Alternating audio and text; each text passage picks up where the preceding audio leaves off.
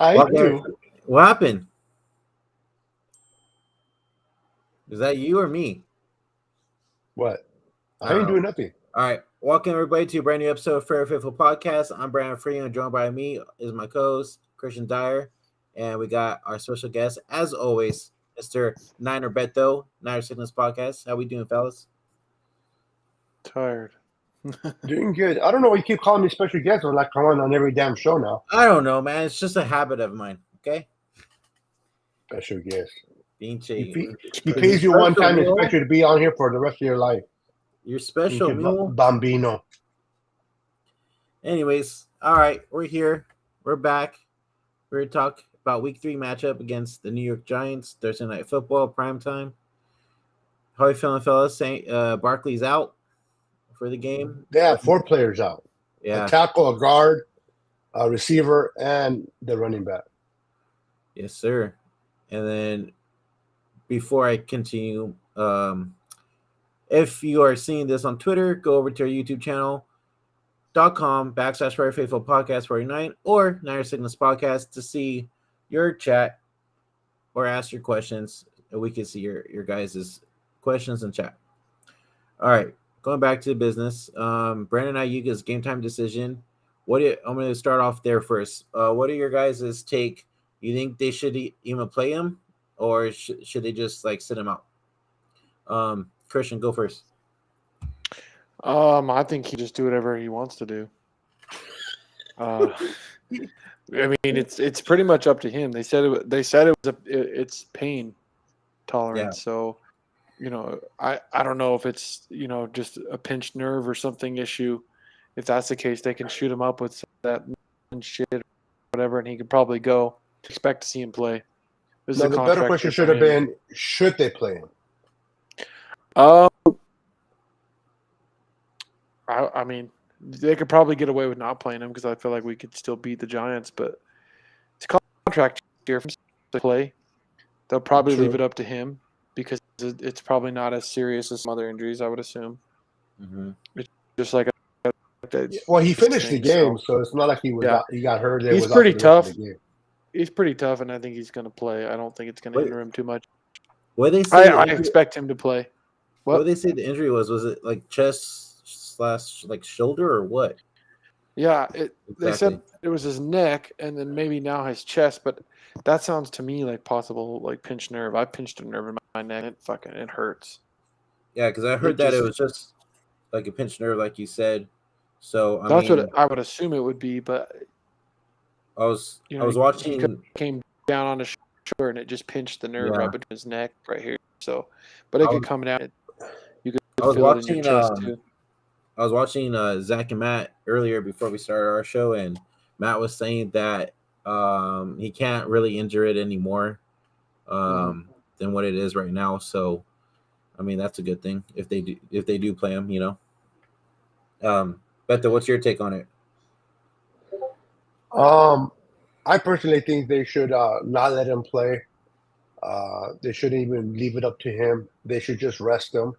Like Christian said a minute ago, I think the Niners can handle beating the Giants without him. I mean, we still got CMC. We still got Debo, Kittle, Juwan Jennings, and Ronnie Bell, who, when he came in a little bit for him against the Rams, did pretty good. I think they should just let him continue to rest. I understand it's a contract year, but if I was him, I want the more games I play, the better for me for my contract. I'd rather miss one game and then play a lot more than play this game tomorrow and then having to miss 3 or 4 games. So he has to be smart and he has to go against his own pride and realize, okay, this is my contract year. I have to play a long time. So if he rests this week, he has next rest of the week. He should be good to go against Arizona. So I will rest him. But if they're leaving it truly up to you, the kind of person that he is, bro, he'll play. He's not sitting down on the bench. Yeah, I agree. I mean, so the fantasy part of me wants him to play because I have him, but talk real life. I mean, I don't mind if he doesn't play at all because, like you said, we can even rest him for the next 2 weeks so he'd be completely ready for the Dallas game. You know what I'm saying? Absolutely. We don't play Absolutely. for week 5 though. Yeah, I know, but I'm saying this game and then Arizona, and then he could be ready for Dallas. You know, I think he's going to play though. I just think he's going to play. I think he will too. Whether they should do or whatever, he's just going to play. They're going to. Well, if we They'll can put limit up him. points, if we can put up points right away and get a lead, maybe they take him out with the lead. Yeah, Maybe they don't feel. Maybe they'll let him start, and then if we're dictating how the game goes, they might just let him stand out. We'll see. yeah, I think they'll limit him for sure tomorrow. Mm-hmm. That's my I mean, take. I don't see why we won't beat the Giants. I mean, our pass rush can just tee off. They don't have Barkley, so. Mm-hmm. So who's their backup? Matt Breida. Yeah, Matt Breida. Yeah, he has speed. We know that since when he was with us. But he's not the same back anymore. I don't know how that O line will hold up against our front four. You know. Yeah. Yeah, the way that we're against Dallas, we should be doing the same. Yeah, with our D line, and also them. Also, too, is we're playing against a mobile quarterback, too, and that's one of our weak points. So we'll see how that goes. I don't know if I would call him mobile. I mean, he could get out of the pocket. He can move, but I think with he's Drake pretty Jackson, fast, actually. Yeah, I think with Drake Jackson's speed, I think they'll be able to contain him within the hashes. I don't think they're going to let him get on the outside. I say, we'll see. I say Bosa gets his first sack in this game. Oh, that's nice. It's gonna be interesting to see how this game goes. I think it'll be interesting to see kind of like if we get out to a lead early or we'll start because it is. You guys remember it's a Thursday game, so it's hard to know exactly how the game's going to play out. Sometimes things differently. It might take us some time to get going, or we just come out hot like we have. But I like the hot start. Both games we score first drive, right? Mm-hmm. So yeah, I like coming out hot. It's like Kyle's already the best with scripted plays, and then Purdy runs him so perfectly. We score touchdowns on the scripted plays. That's so be interesting to see how it goes. I wonder how many. I'm looking forward to seeing how many deep balls Purdy throws, how many he connects, to see if he's able to improve on them at all. A couple days of practice, so that's what I'm going to be looking for. Is if he lets any deep balls go and how well he's throwing them. I'm excited to see what happens with that. What's up, Deon? What's going on, man? Tired fighting a little bit. I don't know what I'm fighting. I'm fighting something though. Something ain't right. Shit, hopefully it's not COVID, bro. Nothing some Coke won't fix. Hey, all you need is that rest or Pepsi. Some Gatorade, you know. Drink some Hey, but do like the Mexicans, bro. Put some Vicks. He gonna come with the Mexican solution to everything, Vicks. Vicks, bro. You cut my leg off, put Vicks on it. We'll grow back.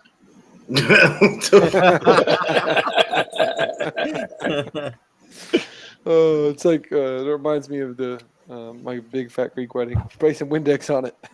Right? Yeah. Everything works. Everything's fixed and clean. Dude, spray some Windex on it. You're getting a divorce? Spray some Windex. Forget counseling. Yeah, crazy, man. All right, Deon, here's my question to you. Do you want to see Ayuk play tomorrow, or would you rather have him sit out? Honestly, I'd rather have him sit out if he ain't really healthy. You just spare him the hassle, and then you give him a little extra time to relax, and recover properly. If he's truthfully not ready, if I know Ayuk, he's going to say no to that. He's going to want to play. If I know Kyle, he's going to want Ayuk to play. So most likely we won't see Ayuk out unless it's real serious. But honestly, that's why we have, Jawan Jennings. That's why we have Ronnie Bell. That's why we have Ray. There's other guys that can do what they need to do. We just need to be smart. I mean, about that. He's our best receiver. So yeah. So you usually want him to play, but be honest with you, man. They were talking about Daniel Jones earlier on Real Talk Niner Talk, and it was funny to me because he ain't even like. I had to put in the comments. I was like, wait a minute, you talking about the dude who tripped over himself, who tackled himself? The motherfucker that hit 22 miles an hour on the fucking radar and realized he was running that fast and didn't know how to maintain that and understand what his body was doing and fell on his own. Yeah, I'm not worried about that dude. No. You know. I think is there anybody that stands out on that team that like you're worried about or that could be their X factor? Not really, man. With Saquon Barkley down, we'll face a familiar face in Matt Breida. Breida will most likely be their RB1 tomorrow night when we play them. Yeah, exactly, right there. Save Ayuk for Dallas. Exactly what I said. It's more of a marquee matchup.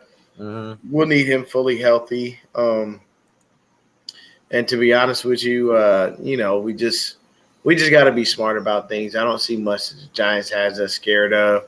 Their leading receiver is Darren Waller with 112 yards on the season.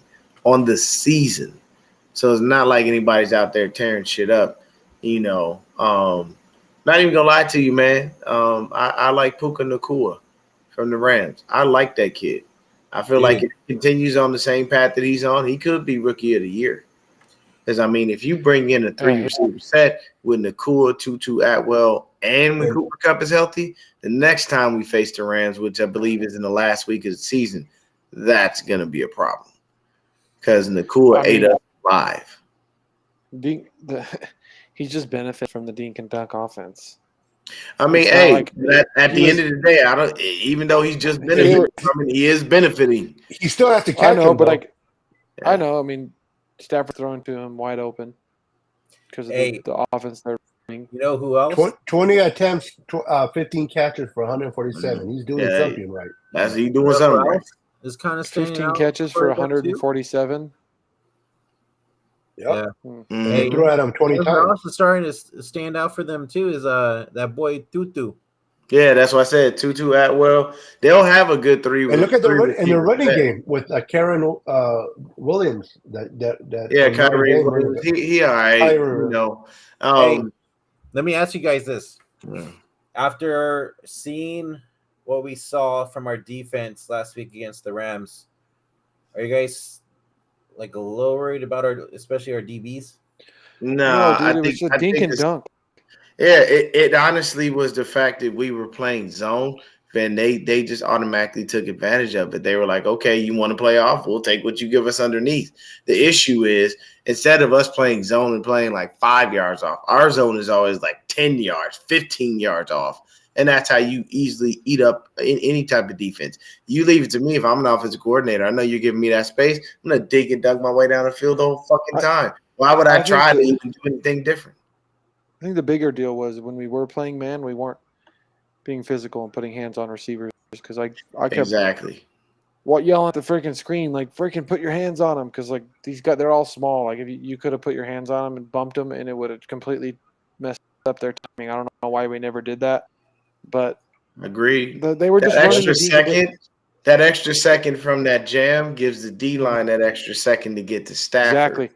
Exactly. And all you have to do, you just got to make sure you within 5 yards because what Mooney did was some bullshit. He damn near hugged this dude for about 10 yards down the field. And I'm like, no, don't do that. If you're going to play man, get up in him, get right up in his pads, get up in his shit, pause, hit him with and fucking right up. Like you're just going up. And when you push him back like that, you've got to reset yourself and then start moving.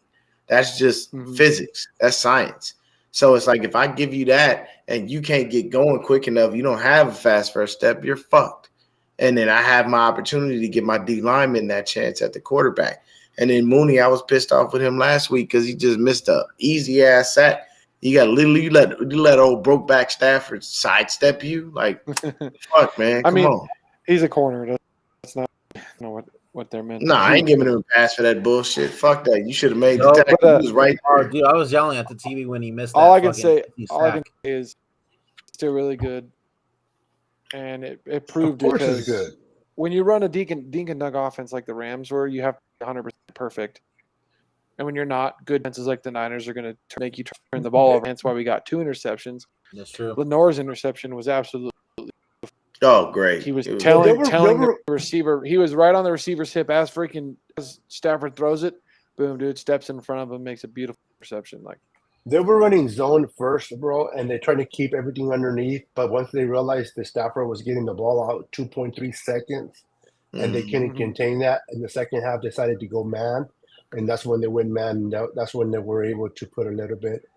They had the guys go back, and they were able to get some turnovers with Demo and also. And what do you guys think about what's his name's first interception as a 49er? Elijah, not Elijah. I keep calling him Elijah, but what's his name? Oliver. Oh my goodness, Eli Oliver. It's Isaiah Oliver. Isaiah Oliver. I don't Isaiah, know. Yeah. I was He's like, new to the you team. got me more confused. You got me more confused. But yeah, bro, I think Dude, for confidence wise, it was all about understanding the defense, getting himself comfortable in that defense, and we're gonna need him in that slot, man. We really do, because bringing Lenore inside and putting Thomas outside, I don't like that. Well, Lenore plays good inside. Wasn't he playing inside when he got that interception?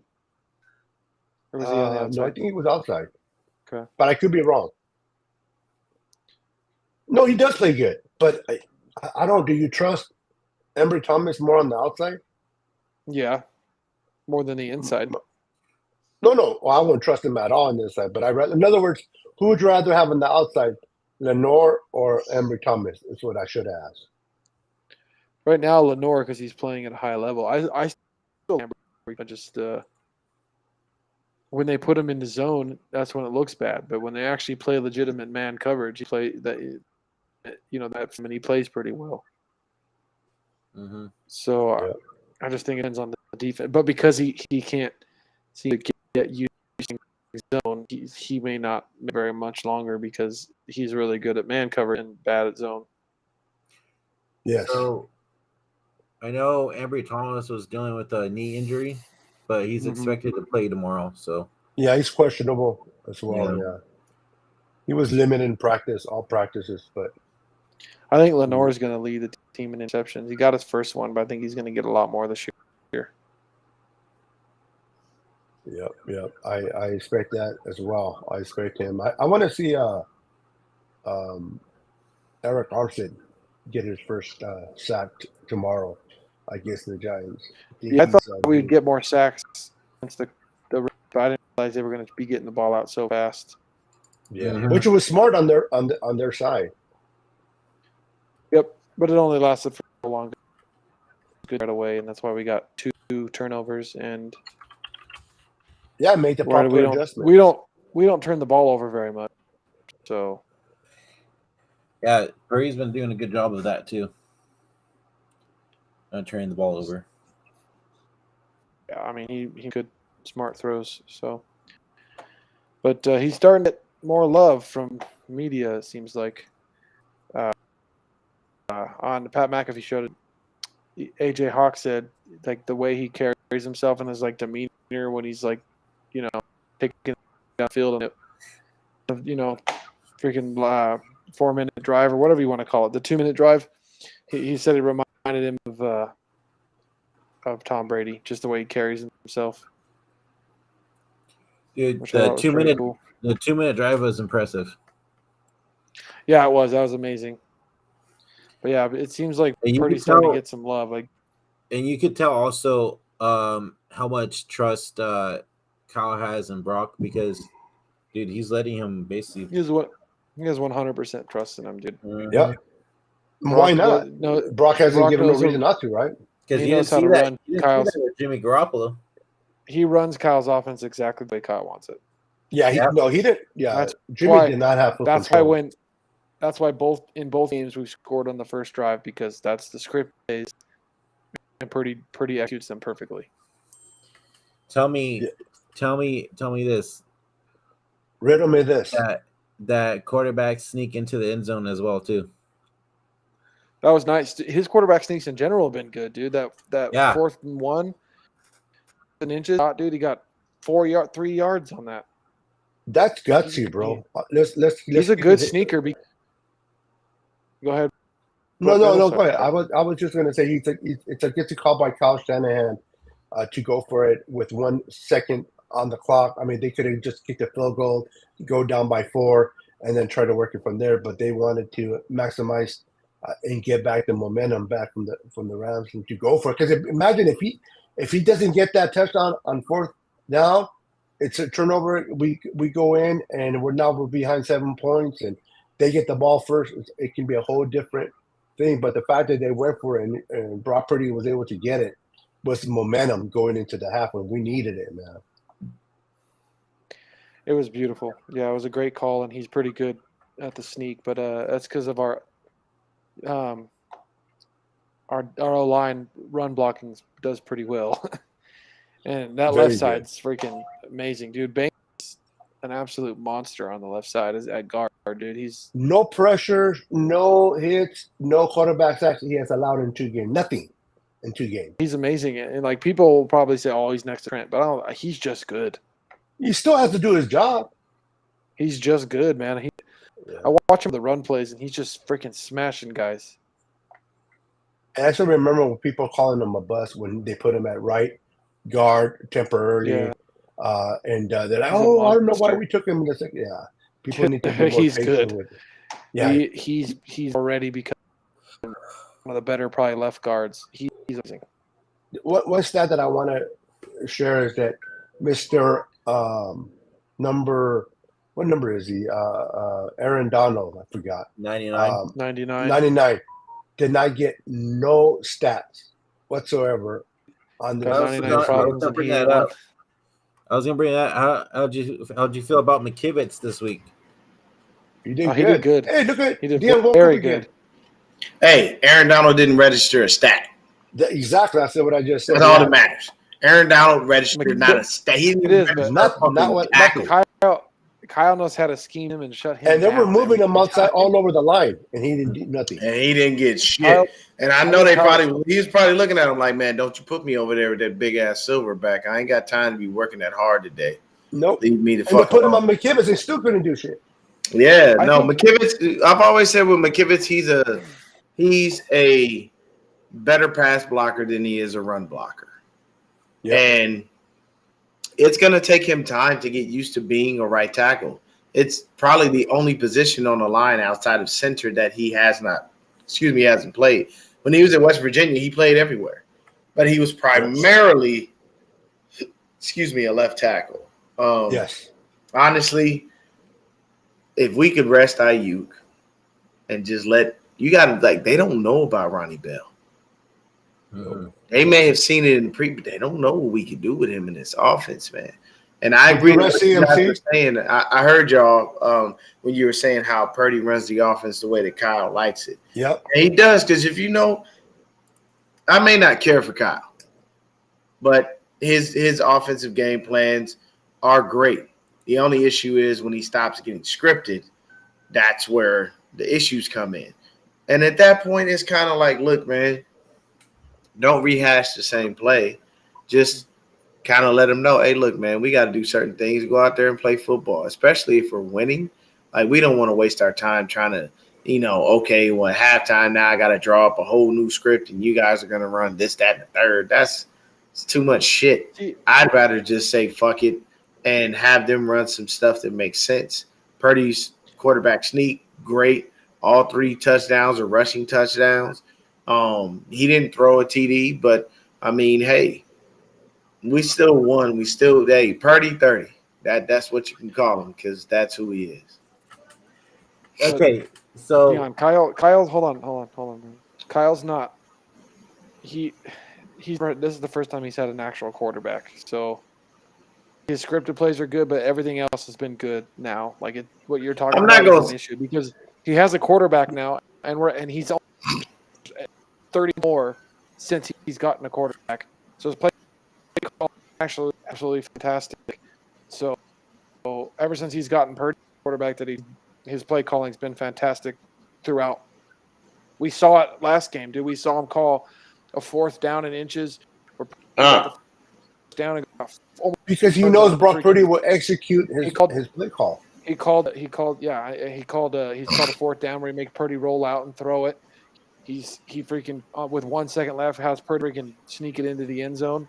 We're seeing what Kyle's been wanting to do this whole time since he's been the 49ers coach. He finally has a quarterback. He feels he can do it. So everything. Well, I mean, I'm not going to discount. Even though I don't like Jimmy. Yeah.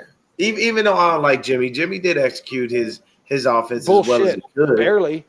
As well as he could. I mean, but there was still the simplicity of it is Kyle has the opportunity to be able to do the things that he wants to do, and he thinks that he has the quarterback that makes it happen.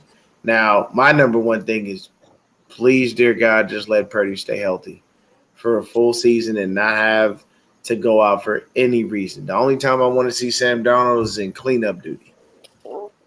Yeah, cleaning up Beto's dog shit. Look, dog took over the show. He was chilling. Next thing you know, dog was like, "Nope, you better show me some attention." Yeah, he hates Dallas. That's good. See, that's what you see. You gave me an idea. Once I get a dog, I'm gonna train them to attack anything that says Dallas Cowboys. Oh yeah.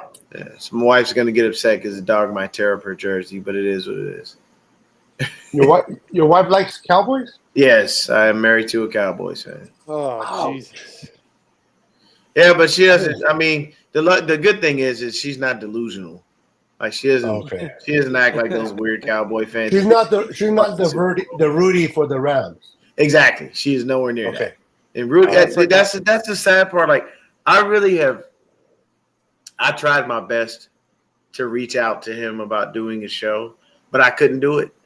Because I was like, I saw what he did on Breezy's show, and he would just. Okay, I would light his ass. I would have lit him the fuck up. Did you see how much destroyed him? Like, no, bro. Breezy howled against him. You can see how. Yeah, you can see that he wanted to just unleash, but he kept it together. I'm not that dude. I give Breezy credit, bro. Wayne's really, really nice. That's why. Yeah, no, and he's the most optimistic 49er content creator ever. I got nothing but love. He's a great guy. But Rudy was the most optimistic person. I got nothing but love for him. He's actually a really good person, just a human being. He is, yeah. And shout out really quick to Wayne. Condolences to him. He did lose his stepfather. So we praying for you, brother. If you need anything from us, you let us know. We got nothing but love for you, man. But he really wanted to get him. I could see it in him. He wouldn't do it. I was like, man, you better than me because I'd have got all in his ass. Well, Rudy was bringing up all over the place. Like, I'm like, bro, you bringing up stuff from 2-3 years ago. Yeah. Fuck out of here, man. Your championship is gone. The Chiefs are the new kings. So you can't say you're the champs because you're not. Nope. Yeah. Like, it was stupid shit. But honestly, when I'm looking at this Giants game, I just don't see any viable threats. I truthfully don't, outside of Darren Waller. And then we do have to be really careful. We cannot let Breida get past us because if he's gone, he has home run speed. He will leave you in the dust. So outside of Breida and possibly Darren Waller, I mean the defense is all right, but they still gave up all them points to the Cardinals and then had to turn around and have a fantastic second half and hope and pray that the offense woke up, and they did so. So. Yep. There's just not enough for me to really be afraid of. Mm-hmm. I just need to. They do have to contain Daniel Jones, though, because if you don't watch him, he can run for a first down pretty much. He can. He got a little wiggle to him. Just don't let him get on the straightaway path because he's going to fall all over the fucking place. He's going one good hit by Hargrave last time. Let's just put it this way: that wipe is fast. He is. Hey, no bullshit. 22 miles an hour for a white dude is quick as fuck. He's fucking fast. He's faster than Debo. He's fast. Debo ain't never got to 22 miles. Debo done got to 20. But he ain't never talking about Daniel Jones. Yeah, Daniel Jones. He's fast. I want to see Debo get full speed. He did 22 miles an hour? When he's lighter. So remember when he tripped all over himself, was all over ESPN? Oh yeah. That's what he was talking. I thought you were talking about Brita when you mentioned that. The chip in their shoulder pad tracks their speed, and in his shoulder pad, it registered him at 22 miles an hour, which is insanity. You know, Christian was talking about that, but I thought he was talking about Brita. Oh, no, Daniel Jones. No, Brita hit Brita's top speed from next gen stat, I believe, was 22.09. I thought it was faster than that. No, the fastest person in the NFL is Raheem Mostert. Yeah, he hit 20. He did it in the Jets game. Remember when we lost Solomon Thomas and Nick Bosa? That's when he hit it. He hit it twice, but he hit 23.09 miles per hour. Wow, he is the fastest man in the NFL. Tyreek Hill, he hasn't even registered anything faster than that. Which is why, if I ever meet him, I'm always continue to troll that he's not the fastest man in the NFL. He isn't. I mean, and he's a smaller guy than. They have them both, huh? I just realized that. Dolphins have the 3 fastest guys in. Oh yeah, no. Waddle. Tyreek, Waddle, and Mostert. Yeah, they are all 3. You know what I would do if I was Mike McDaniels, just to give me some fun? I'd tell him, hey man, take the pads off. Bro, see, I need to see 100-yard dash from all 3 of you motherfuckers at the same time. I'd put them all right there. People in the world. You said what? Call immigration, we're gone. This motherfucker right here. You want to see Mexico be fast? You crazy, man. I always tell people this. What's the difference between a white man running fast and a black man? The white man runs fast on his own. The black man needs motivation from a cop. I can't deal with you right now, Beto. You need motivation from a cop. Mexicans too, bro. We're Mexicans the same with you, bro. I'm with you. I already did the Mexican one. So when I ran track, our coach used to always tell us, run like a pit bull is after you. You know, like run like you got a pit bull on your ass. And believe me, we would. And I remember one time we had a dude, he wouldn't give no effort. Like he had the speed, he had the talent, but he just wouldn't give effort. He never wanted to do it. He only did sports because his parents made him. And he literally, so our coach was like, okay, he don't want to give no effort. So they brought a pit. She brought a pit. Like, if you don't give any effort, I'm going to let him off this chain. And when I let him off this chain, it's game over.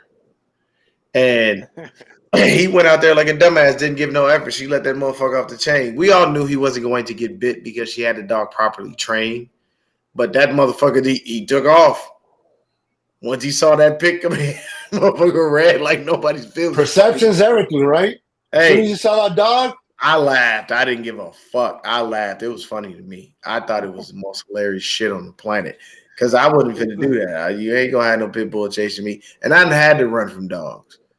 I had to hit fences, and I've hit fences blind and not know there was a dog there and had to keep going because that dog was about to try to kill me. So it happens. You grew up in the hood, right, Deon? Yes, sir. All over LA, man. Any and everywhere, man. All kinds of dogs to run from. Oh yeah, man. Hey, and the funny thing. Yeah, strays were everywhere. We actually have a lot of stray dogs in Arizona, which is crazy. Really? Those are the ones we really gotta watch out for too. Those strays. Ooh. Yeah. Bro. So when I worked for Amazon as a driver, I get out the truck. I'm driving down the street. There's a fucking Chihuahua in the middle of the street. So I honked the horn. This motherfucker looked at me like I ain't moving. And I'm like, the fuck?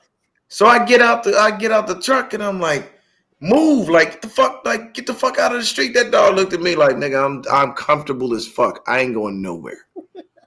So I literally took one of the packages and like I just like nudged his little ass off to the side. Like, what the fuck, bro? Like that dog looked at me like, look, I don't give a fuck. You run me over. My life is over anyway. I don't give a shit. I was like, God damn, this is crazy. Maybe he got.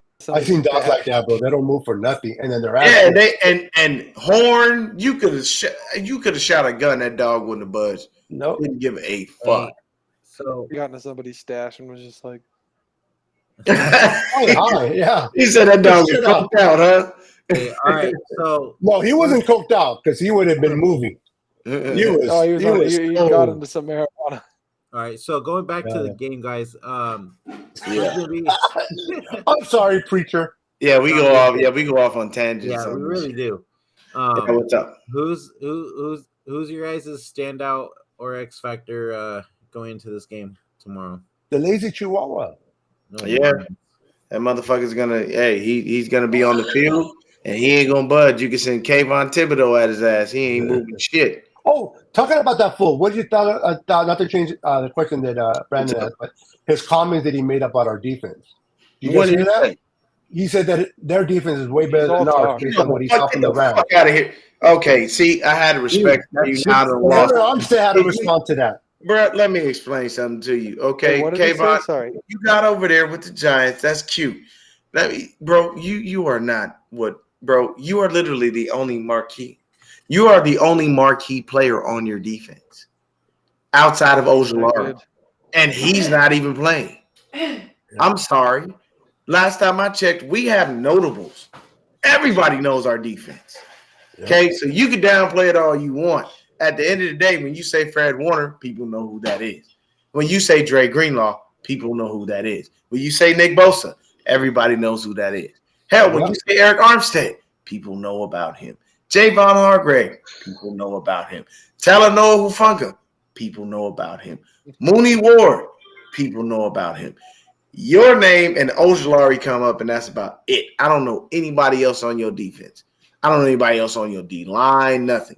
What else do you have that I can say that? speak to? After the Rams game, he goes, how they played against, how we played against the Rams. Their defense is better than ours. Bro, is he trying to Please, give so us what? They did the same. Here's the sad part. They did the same thing we did. They had a shitty first half and a better second half. Did they not?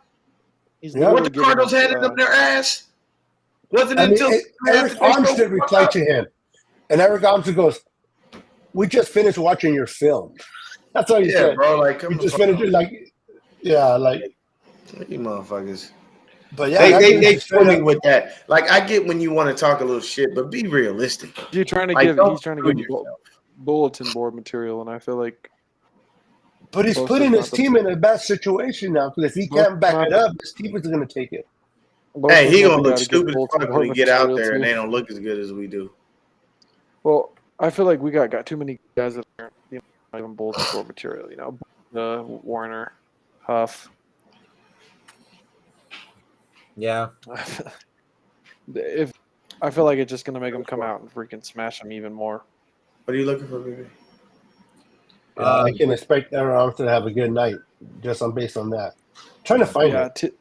Tibbs is a freaking all talk, and then he doesn't back it up. So doesn't show up. Yeah, I mean, like, he's nice, but he ain't that nice.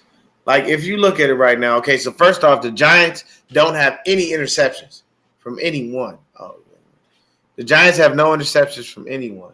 Yeah, just turn that off, baby.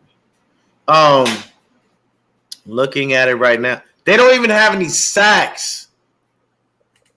How the fuck is your team better than mine? I'm looking at the stats right now. They have no sacks. They have no interceptions. And your team is better than us? We have what, seven? We have what, 7? Bro. No, we have what, 8 sacks and 3 interceptions? I'll do that.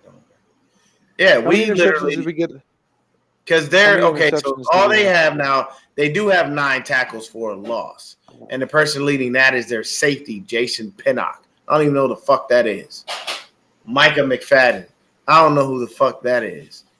Bobby I'm gonna just say the Kardashian shit. Oker. I don't know who the fuck that is. Like, all these people, nobody knows.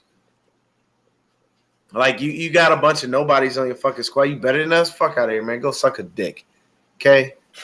You out here bullshitting yourself. You can hype yourself up all you want, sir. But at the end of the day, you haven't registered a sack. You have no interceptions. And you're telling me that you're better than we are? I'm going to need you to go ahead and make sure that you look at numbers and figures before you start spewing dumb shit like that. Because it don't make sense. Now, if you look at the 49ers, and you look at us, and this is just through 2 games, people. through 2 games. So let me see if this once it's staying low. So through 2 games, we have 4 interceptions. And through 2 games, there are 6 fucking sacks. 3 by Drake Jackson, 1 by Hargrave, and 1 by Fred Warner. And then the other one is Kerry Hyder. So we have 4 different people with a sack, and you ain't even got 1 on your team. I'm going to need you to walk back your comments, sir. And on that note, I'm going to mix my food real quick because I'm going to do exactly what he should be doing anytime that he says something stupid like that. Walking away. Hey, also too is, do you think that Kyle is overusing Christian McCaffrey too much right now? No. Being like the MVP right now, so no, he's just going with what's working. I'll trust Kyle. I think he's trying to get his feet underneath him. Oh yeah, he didn't play at all in preseason. Yeah, Kyle's what he's doing. Why do people wait? Why do people get afraid of injuries, bro? I mean, I know they happen, and I know they suck. We saw what happened to what's his name from the Browns, Nick Chubb. Nick Chubb. My prayers to him. That was a nasty freaking injury. But you know CMC what, doesn't run like that. You can't play with the fear of getting hurt. You just can't. You got to play. You got to look at the game. But we also have more than just CMC though. But I know, yeah. Well, I don't think they trust Elijah yet because his injuries. They're probably They are probably worried about him because he's still coming back injury. And CMC's killing it right now. He's the best player in the league right now. And Mason can be trusted because he's been he dropped the ball a few times, turned the ball over a few times. You know how Kyle is. I mean, he hasn't got any touches so far, but just wait. He's not. We're kind of not showing our hand a lot. It feels like everything's pretty, elementary at the moment. Just to put up points against the teams we've played. So, I don't know. I'm sure we'll see more as the season goes on. Kyle knows what he's doing. He's killing it right that now. Seahawk guy? That Seahawk guy, he's really, I forgot, nerd something, Nerb. This guy right here. This guy's funny when he does video. What? He's a Seahawks creator, but he does like comedy. And he makes fun of teams that they play against. The dude's. I hate that he talks about the Niners, but he is hella funny. Well, you know what he's doing? Thank you for the free promotion because you wearing our shit. These are a couple years old, but yeah. But on the situation of CMC, Kyle did acknowledge it in the post game presser. But the thing is when it comes to substitutions on offense, Kyle typically has the final say so, and that's my worry that he is going to run CMC into the ground. I understand what you were saying, Beto, as far as like you can't play being afraid of injury. But the thing is if you know someone has an injury history, you properly spell them so that nothing happens. It's just preventative maintenance. No, and I'm with you. And Brandon's right. We've got Elijah. We got Jordan. Let them dudes go out there and run and get a couple of plays in while CMC. They got Debo. Press. You're not running him into the ground though because it's balanced. It's not 80% run, 20% pass anymore. It's balanced. So he's not taking all the plays and running too damn much because we're throwing the ball just as much as we're running, if not more, throwing it more. True. So he's really not taking a huge. He's making the touches he gets count. But just having him on the lineup, bro. Yeah, it changes things defensively for the coordinators. You gotta remember, everything in Kyle's offense is what? It's misdirection. It's you see this guy go here and he's deadly. See this guy. But you need the pieces to be able to convince that. I'm worried about this guy. I'm worried about this guy. Boom. Oh well, one of the guys is open. Yep. That's kind and of. I think that's why he keeps Christian in there because he wants him to sell that play. He can do everything, and it does. It sells the play. It sells the fake. And he's not getting. They can be going to Debo, but if CMC's in there, they make you believe like they're going to CMC. Yes. If he's not in there, they're like, That's where the misdirection comes. But because we're passing it so much, because Kyle's passing it more because he trusts Brock, and we're not having to run the ball 80% of the time, we're not running backs, right? What's up, Barner? It's a fair load. It's a fair load, and it's a fair mix of run and pass right now. So it's not like if we're still offense where it's 80-20, then I'd worry, but we're not. We're passing it way more. Yeah. Like Kyle, it's Purdy drop back and. I remember somebody, I don't know who it was, they said, who's the number one receiver in the Niners? And I forgot who answered this, but I like what he said. He's like, depends what defense we're playing because we have a bunch of number ones. It does. It's going to rotate. It can be CMC. I mean, it can be Ayuk. It can be Debo. It can be Kittle. It just depends on the defense. If we're gonna beat the boys, it's got to be Ayuk. He's the one guy that can get open and burn guys. Like he's already burned Trayvon Diggs how many times? Well, I say Kittle could do the same thing as well. Kittle just overpowered. There are times. See, what they have to do is make sure that they understand when they're playing that team this week against tight ends, and then just unleash Kittle. Mm-hmm. Like create a game plan around him. If I was Kyle, I'd have game plans created around all of my skill players. Yeah, around Kittle, Debo, Ayuk. Hell, I'd honestly start creating a game plan for Ronnie Bell. Because I'm going to tell you right now, you put Bell in the slot, that's disgusting. Think about that. You got three receivers set, and you put Bell in the slot and let him get in there and get jiggy, on a couple of these DBs. He going to wreck shock on them. They ain't going to know what to do with him. I think we'll see a lot more. I can't wait for Danny to come back. It's going to be exciting to see what Kyle does when we play Dallas because their defense is so good and what he schemes up to get the ball out quick for Purdy. He does in the run game. What we do to try to shut down Micah Parsons, which in the playoff game we kind of shut down Parsons. He didn't really much in that game. Kyle's really good at scheming guys from. He takes away your best player. He's done it. Yeah, he takes away their best player. He's done it every time with Aaron Donald. I mean, T.J. Watt's just that damn good. He's going to get his, but he didn't make any plays that mattered to where it hurt our game. Well, he made some great plays. We already had to him out with W. Even when he forced a fumble and he recovered it, they were not able to do nothing because of our defense. So,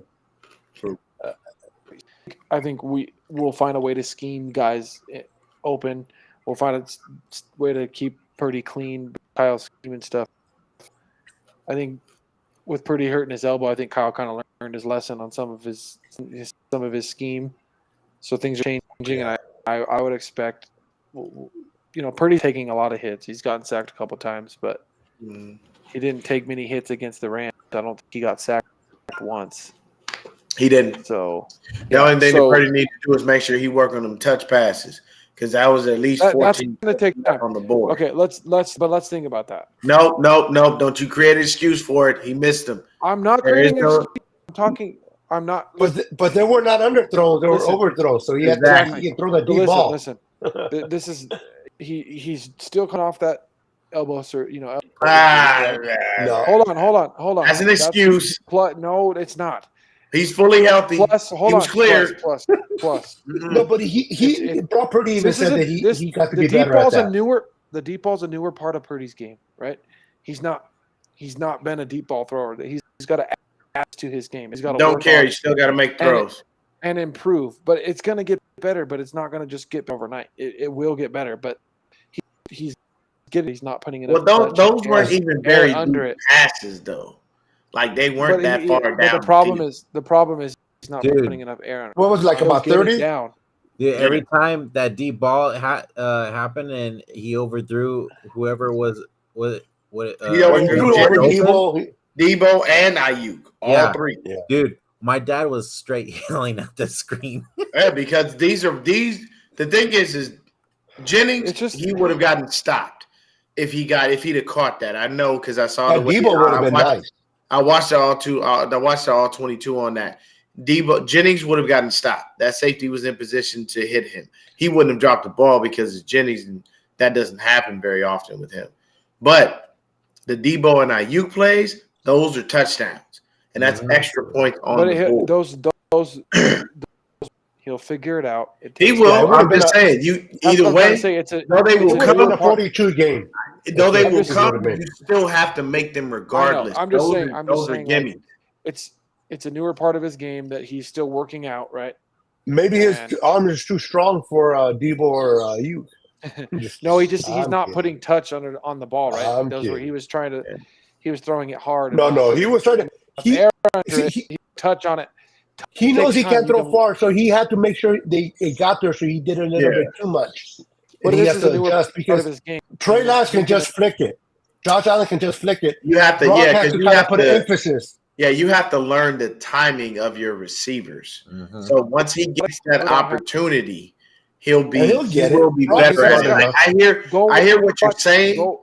And I want you to think that I'm not listening to you because if he throws one of those balls against the Giants and makes it, he's practicing. He just needs to sit back and say, I'm going to work on that specifically. And what you can do is, honestly, he can learn something from Trey Lance. Do exactly what Lance did. Call the people. No, I'm saying call your receivers in the offseason and work with them because that's what Lance did. Every year he was here. But keep in mind, this time he couldn't do it because of his injury. Exactly. But in the future, I'm saying that's a good to take away. Because if you build that rapport, then there's no way you can miss them in game. It makes your life that much easier. Drew Brees' arm strength is Drew Brees' arm strength. Drew Brees' arm strength is similar to what Purdy's is. Like Drew Brees didn't have that an arm, but when he threw it deep, he put touch on it. Accurate. I mean, Brees was more accurate than Purdy. Yeah, I was going to say, Brees. His accuracy is a lot. His anticipation was better. Yes, that can also get better too with time, right? As you learn the NFL, experience. Absolutely, he'll get it. I'm just saying I won't give him a pass on that. Those throws need to be made because the thing is if you're continuing to have that as a growing pain, that cannot happen in a playoff game. Like I need you to hit every throw, especially if we get to the Super Bowl. And this is the same guy's not giving Kyle a pass until he went to Super Bowl. And I'm not throwing by the end of the year. By the end of the year, so he's going to be hard on the quarterback until the quarterback shows that he can do something different. By the end of the year, he'll probably be good at it. And that'll make that disrespectful. I hope you expect more. But you have to remember, this is a new part of his game. He wasn't doing those throws. That make it. I don't care if it's new, old. And if it is, he'll learn it, right? It has to be. It still has to be done though. Like I can tell you right now. Okay, I'll give you. I'll do you one. Hold on, let me finish. I guarantee you, Kyle wasn't giving him a pass on that shit when he did. It's take over your body deal. The fact that we're actually taking the chance to take those throws, whether or not they're complete or not, keeps the defense honest. That's what fucking matters more than anything. You keep the defense honest. We wouldn't even attempt those throws with Jimmy, ever. Not if you're overthrowing, though. Okay, the fact making the throws, they're still worried about it, right? Because you're not going to say, he's just going to overthrow. You're not going to be like, he's just going to overthrow it, so we'll not cover them. You're going to keep the defense honest regardless. He'll start to figure it out. Hold on real quick. Who is Dre Van? Who is Randy talking about? Who the fuck is this dude? Who is Dre Vance? Who the fuck is this guy? Did we sign another dumbass defensive back for no fucking reason? We signed Trey Swelling. Yeah, but we only did that because Womack is out. Yeah. And Luder Jr. ain't coming back for another couple weeks. And then they're going to have to work Luder Jr. back in. I don't know who this Dre Vance dude is, but it is what the fuck it is. All I'm saying is, at the end of the day, I will be critical of everyone. And yes, I know that's a part of his game that he must improve on, and he hasn't done that on a normal basis. The issue is those dudes were too wide open. Had he overthrown them and there's a DB draped all over them, I would be okay with that because then at least you're not putting the ball in harm's way. But when you got dudes standing wide open, as Silverado Kev likes to say, butt naked wide open, Paul, you cannot miss those dudes. You've got to hit those throws because if we get into a close game and you miss those throws and those throws are the catalyst for us losing that game, we can't come in here and be like, oh, he's working on that. No, I'm going to come in here and be like, you should have hit those receivers because we needed those points. And that's what I'm saying. Like if we go to the playoffs and we playing Patrick Mahomes again, I don't want Purdy to be working on his deep ball game. You need to have that shit already taken care of. No, he needs to connect, yeah. Because I can tell you right now, I hope Kyle dumbass learned his lesson and didn't get fucking comfortable, and says I'm not getting comfortable again against Patrick Mahomes because look what he does. You know what I'm saying? So I mean I don't know, because I mean I can tell you the AFC right now, honestly, it's gonna be a weird year for them. Because right now, the top dogs aren't looking like the top dogs. And that is crazy when they're not. I would have never thought of that. Crazy. That is Joe Burrow look like shit. Like Joe Burrow's injured. He's hurt, yeah. With the injury. No, man, we can't keep giving people a pass because they was injured. Bro, you got a calf injury and then he re-injured it, dude. He's playing. Well, then he shouldn't have brought his dumb ass on the field. Well, no, he shouldn't, but that still doesn't mean the fact that that's why he's not playing bad. Josh Allen looks like shit. It's just, I'm telling you right now, I feel like the AFC coming down to Lamar and Patrick. Mm-hmm. That might be your AFC championship game. The Ravens don't forget about Tua and the Dolphins. I'll say the Bills and the Dolphins. I'm gonna tell you this is how I feel about Tua, and there's nothing against him. I feel the way I feel about Tua is the same way that Stephen A feels about the Cowboys. Really? Bro, Tua can't. He doesn't. First of all, he's never healthy. It's rare that he's healthy for a whole fucking season. If he stays healthy, Miami gets the first seed. Really? Oh yeah. Yes. I'm with him. I'm with Christian. Oh yeah. Okay. Yeah. Miami right now to me is better than the Chiefs. You gotta remember, dude. Tua is like 5-0 against Bill. He's the only quarterback to never lose to Bill Belichick. Tua has to stay healthy. Wasn't he one of the first rookie quarterbacks to ever beat Bill Belichick? Yes. Yeah, he was, wasn't he? You're right. You do. Yeah. Tua is good. Tua has some things that he's not good at, but Tua is a good quarterback. But that's my thing. Like he doesn't stay healthy, and then he has. And Tua, honestly, every year he's not even been touched yet. Every year in the league, he's had games where he's just looking like shit. He's throwing 4 or 5 picks. It's just kind of weird. He's playing well. That offensive line is freaking good over there. Yeah, they're doing some good things. He hasn't been touched. He gets the ball out fast. Yeah. McDaniels. Did you see that run by Mike? McDaniel, their head coach, McDaniel. McDaniel's Kyle's guys. Play calling wise, McDaniel's like Kyle's. Oh, he's a smart coach. No, I really feel like Kyle. I feel like if there was any clone, McDaniel would be it. Dude, yeah, I love Mike. Not McVay, not LaFleur. No, McDaniel. McDaniel. You saw that run? Two were so on the same path. Yeah, it was only inevitable that Mike had to get the fuck out the building because it was like. I think the 3 coaches that came out, he's going to be the best coach. I hate to say. Yeah, I really feel bad. I'm telling you right now, I feel bad for D'Amico because he's in Houston, and it's like, but he chose Houston, bro. Think about it like this: if you have the opportunity to be a head coach to make more money, are you going to really turn it down? Doesn't matter where you go. No, but what team it was that offered him more money than Houston? They let him draft. They let him quarter it. They'll give him time. Something Kyle Ash should have done, but that's neither here nor there.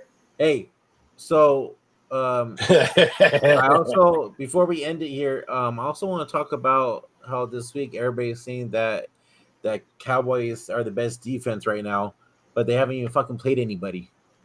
Okay, it's very simple. The Cowboys will always get press.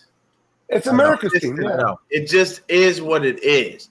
I don't care what people in the media think, and I don't care what they say about them being the best defense. At the end of the day, when you look at the defenses across the league, are you worried about the Cowboys' defense? 150%, yes. Are you worried about the 49ers' defense? 200%, yes. Are they going to be better than what we are? I don't know. That's the only time will tell. But I can't say that they're the best defense in the league when we look at it. At the end of the day, we have 2 playoff wins. They don't against us. They can barely do that. dude. We But beat them at their house and our house. So until they beat us in the playoffs, they're not better. The thing that I loved about it though this week, because I've been watching the First Take all week, is Stephen A. saying, "No, the hell they ain't." No, 49ers he hates the Cowboys. But so is Richard Sherman on Undisputed. Dude, did you see Sherman go off, bro? Nah, he's been going off on. Hey, Brandon, we're gonna get to meet him tomorrow, bro. Hey, look, I'm telling you right now. Yeah, to take pictures with him. Oh, nice. Hey, I'm telling you. Yeah, me and Brandon's gonna get to meet him tomorrow. I'm telling you this. Skip Bayless did the dumbest shit he could have done, Yeah, hiring all them black folks, and his ass just sitting there looking like a dumb motherfucker. That racist bastard. My thing is here. My thing is like this, and this I'm speaking from my point of view about my people. When it's too many of us in one room, and you become the minority, no matter what you are, you're gonna get drowned out. The first show they did, anybody watch Undisputed, the first show where he introduced Keyshawn, Sherm, and Michael Irvin. Okay, but he barely said shit. Michael Irvin's loud. Sherman he didn't say a fucking thing. Like he was almost sitting there like he was the mediator. But that happens when you get too many of us in one room. We overwhelm. The only one that kisses his ass is to be fair, Michael Irvin is the uncle at the cookout who you can hear from a half an acre. And I'm fine with that. That's the uncle that I fuck with though. He's loud. Sherman is way too smart than everybody. And Keyshawn's a kiss ass. I'm sorry. What killed me is I was very surprised to see Richard Sherman walk out because I'm thinking to myself, like, bro, he ripped you to shreds when you try to talk shit about him on First Take. Remember? Yeah, you kept trying to tell him that Darrell Revis was better than him, and he shitted on you in ways you can imagine. You know what I'm saying? What do you say? At 23, I'm better than you or richer than you or something like that? He said he because the thing with a lot of athletes is you got to remember most of the people that are commentating never played the sport at that level. So it's like, how the fuck you going to judge me and tell me how bad or good I am when you never even got there? I've seen basketball players do it to Stephen A. And be like, yo, you didn't even get to the NBA. And he's like, yeah, I destroyed my fucking knee. Like, what was I supposed to do?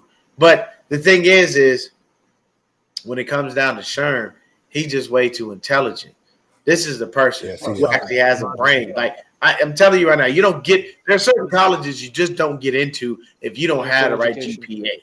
And I can tell you right now, you don't get into Stanford being a fucking dumbass. Oh, no. Like, even in football. That's what I love about John Lynch. Stanford it's not a game. Like, you really have to be intelligent. So, I'll say this. It's not USC. No. Yeah, pretty much. Yeah, you just be a dumbass and play football and they'll accept you. As long as you're good. Shout out to my cousin real quick. He used to play for St. John Bosco, but they weren't giving him no burn. And he wound up transferring, going to a different high school. Motherfucker had 6 TDs and almost 300 yards. Whoa! Went the fuck off. He's in high school right now. It's my little cousin, That's all American right there. Hey, and colleges are clamoring to get to him. I'm very happy. Very happy for him. Running back, Deon, or what? Running back. Yes, sir. Hell yeah, dude. That's awesome. I told him, and I told my aunt, I was like, hey, make sure he work on his receiving skills. That's where the money at. Yeah. Running backs ain't gonna be the thing. Let him continue to be. You don't want to just carry the rock. You want to build the captain. You want to have that versatility. But by the way, Brandon. He's gonna be he needs to go to a college that runs the ball. Yeah. I already told him. Brandon really low. I told him when he goes to college, he need to call me because I'm gonna have to look at these programs and see what they're doing. I would tell him if you want him to go to UCLA because Chip Kelly's gonna run the ball. Bro, I'm gonna tell you right now, he go to UCLA, it's game over for me. I'm talking all kinds of shit. It's all bad. Think about of all the decent teams, who's gonna run the ball the most? Yeah, UCLA does. UCLA does run the ball very well. Michigan. Yeah. Georgia. Oh yeah, Bulldogs. They definitely run the ball. Yeah. He's got to go and the cool thing about the South is football is king down there. football is king in the South. Like you go to Bama too, you go to Alabama. Just like Texas. You know what I'm telling you? I don't want to Texas, nowhere near Alabama. Stay away. Oklahoma. Why? Oklahoma. It's just too many people. Oklahoma's a good place, but there's a variety. They just breed freaking. Hey guys, backs, talking about college, what do you guys think about what Deon's doing for Colorado, bro? Hey man, look, I done told y'all, Colorado. People need to stop sleeping on that man. They're not Deon very out good, there though. killing motherfuckers, and I love every second. I love it, bro. I love it. Talk your shit, Deon. Talk your shit. I love it. One of the best. He's one of the most awesome, great guys there is. Like he's just. But they're the only thing I never liked about that good. Yeah, he's not there. They're not that good. I'm gonna tell you right now. What they won one game last year? Yeah, they're better. Yeah, they won. They won. Hold on, trust me, guys. They went toe to toe with Colorado State. They're gonna get blown out of the water by Oregon. They're playing Oregon, right? By Utah, by UCLA. They're not. I don't think so, man. I don't know. I'll tell you this: Travis Hunter being out hurts. Travis Hunter being out hurts because Travis Hunter is a really good fucking football player, and he's a two-way player too. They use him a lot. I agree, but that defense is not good enough to stop the. No, the defense is not as good as the offense. Yeah, gotta remember, both an offense, mostly an offensive. Yeah, that's a good one. No defense in the Pac-12. Put that up there, right there. It's not the Pac-12 no more, bro. It's the Pac-2. There's only two left in the Pac-12, bro. It's only the Pac. This is how you know they actually like you. If you lose a game, do they stop fucking with you? That's the key. It's Deon. Because the thing is a lot of the times people will do that. Deon Sanders. It doesn't matter. It's Deon Sanders. He's the most. I'm not even a player no more, and I'm still getting the hype. Somebody said this, and I can't remember who it was because I'm not going to take credit. Ever. Yeah, I'm not going to take credit, but someone told me this. I just can't remember who it was. They said Deon might be preparing to take an NFL job, and he's bringing his kids with him. Because if you think about it, when he was at Jackson State, Shedeur and Shiloh were there. When he went over to Colorado, Shedeur and Shiloh went with him. He took Travis Hunter with him too. I can tell you right now, Travis Hunter Deon won't have a shot at picking him because he's too good of a player. Somebody's going to snatch him before Deon would even get anywhere near him. But they will sleep on Shedeur, and that will give Deon the opportunity to be able to draft his son. And I'm going to tell y'all right now, everybody keep giving Caleb Williams from USC the Heisman bout. You better be mindful of Shedeur Sanders. That young man. He might go first. Let's wait and see him. I want to see him against Pac-12. Yeah, I want to see him against better competition. But the thing is the kid. You got the kid working out with Tom fucking Brady. Come on now, man. Oh, no, I like him. He's gonna be a good player. That right there says like. And to be honest with you, even if he did that, Colorado's very good. Even if he did that as a favorite. Oh, they had The Rock there. They had a bunch of all these. They had No, bro. Every game for Colorado now is like a fucking star fest. There's the hype is because of Deon. Though. I don't think they're very good. Like to me, it's insane for somebody who loves college football. The fact that 3-0, I know they're not that good. It doesn't hurt. Your shows that don't talk a lot about college football, like Undisputed and First Take, don't talk a huge amount about college football, but now they are because they're talking about Colorado and Deon. I'm like, bro, you guys are talking about Colorado. Nobody gives a flying fuck about Colorado, but you're talking about them because Deon is there. They're not even a top 10 Doesn't team. matter. So if they beat Oregon and USC, what then?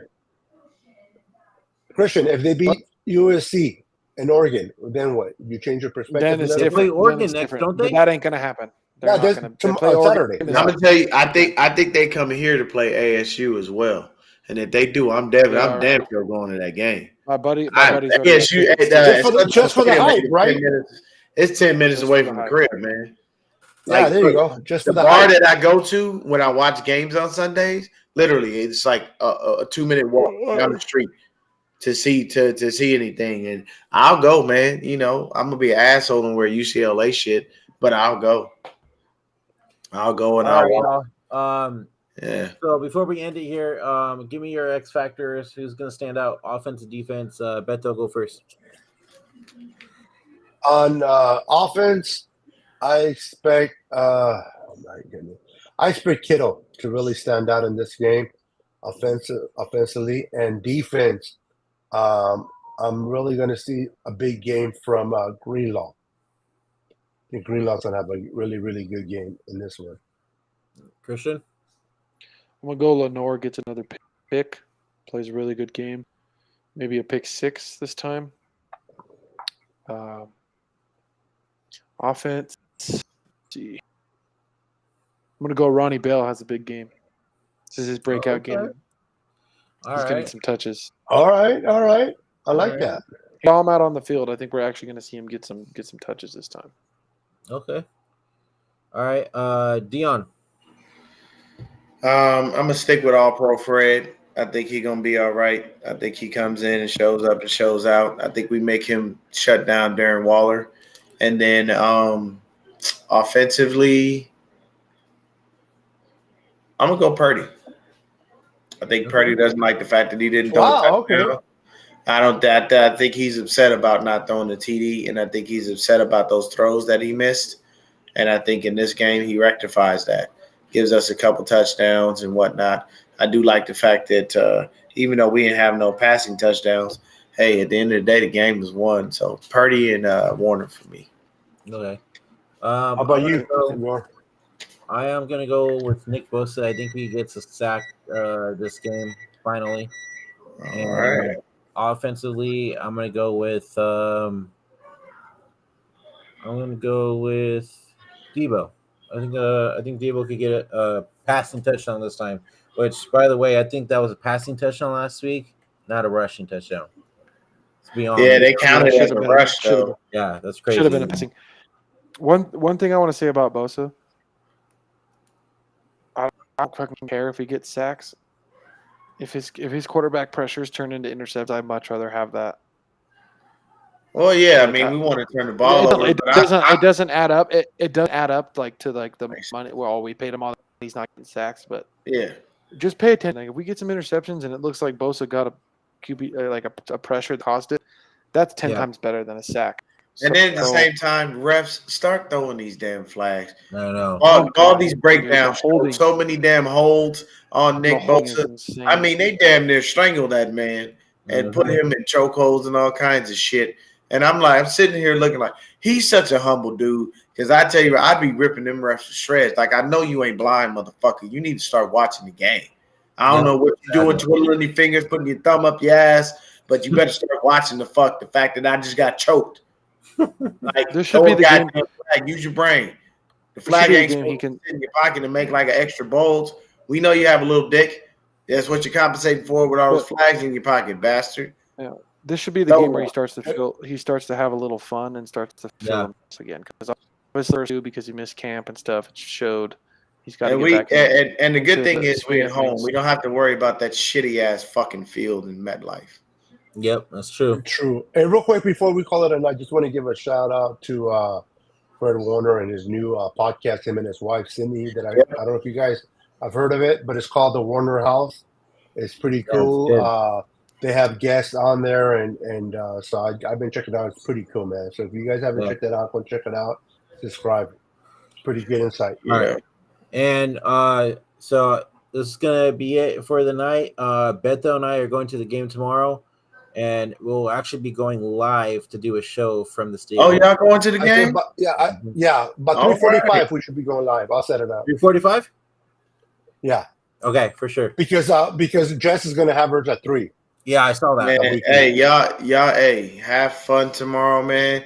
Believe me, if I lived in California, I definitely would have joined y'all. And I would have called out work for that motherfucker immediately. Yes. Deon, you coming in, man? Hell no. Fuck y'all.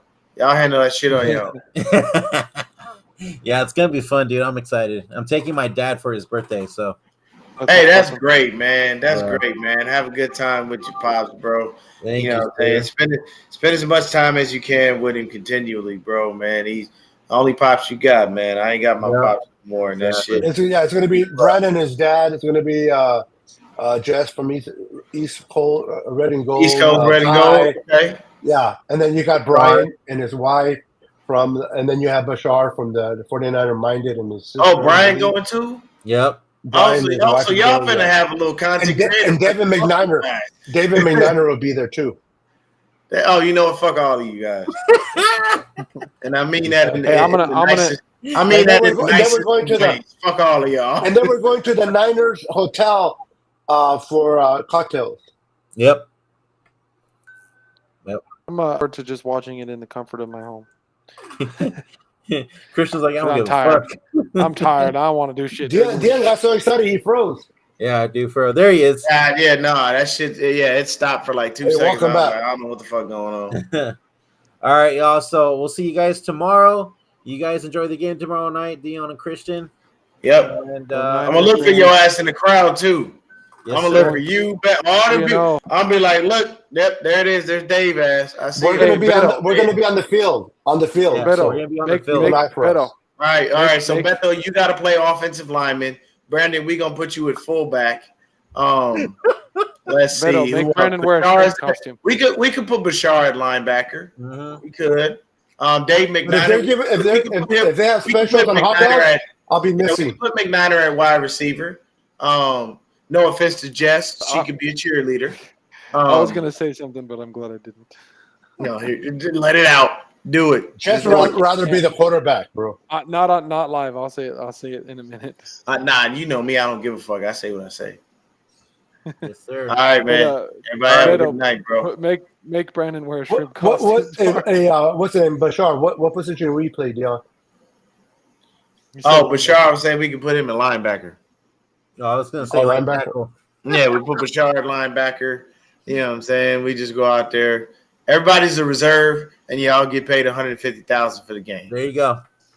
Perfect. I would do it. At 42, I'd fucking do it. Yeah. If they told me I'm gonna give you 150 G's and you're not gonna play, but you're on the bench, shit, man. Let me sign me up. Let me. Sign me up, All right.